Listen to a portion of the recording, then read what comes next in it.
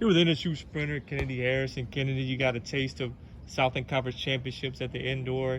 Now you're going to go run in your first SLC outdoors this weekend.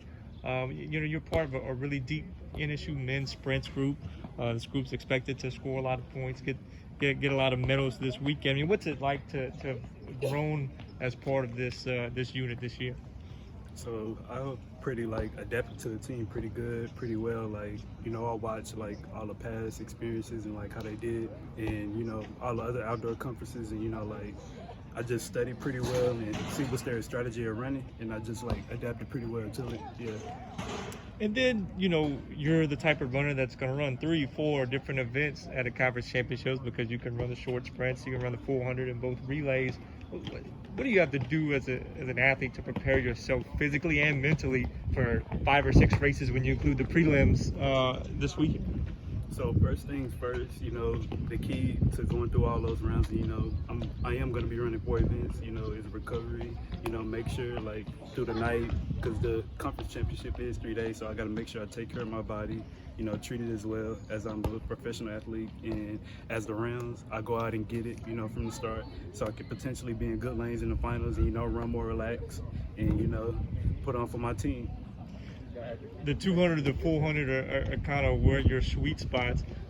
Specifically, the 400, the Southern Conference has some really good 400 runners. I mean, what's it like for people that might not be track and field people, like the Southern Conference, especially in the 400, is one of the best in the nation. What's it like to go into that type of a competitive environment?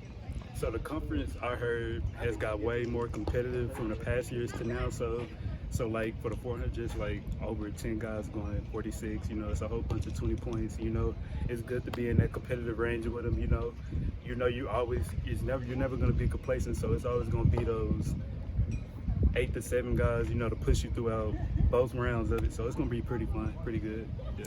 How much does it help being part of a competitive group here at NSU when you guys race, whether it's the 1 or the 2 or the 4, a lot of NSU guys are competing for a top 3, to get into the finals.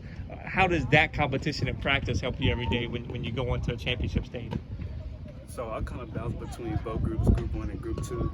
Group 2 is a more longer group, so we all push each other real hard through practice, ups and downs, no matter if we having a bad day or not, because we know our end goal at the end of the season, that's to run pretty fast and be up there nationally, make regional marks. So we're pretty competitive, we get it down pretty good, so it's gonna be fine.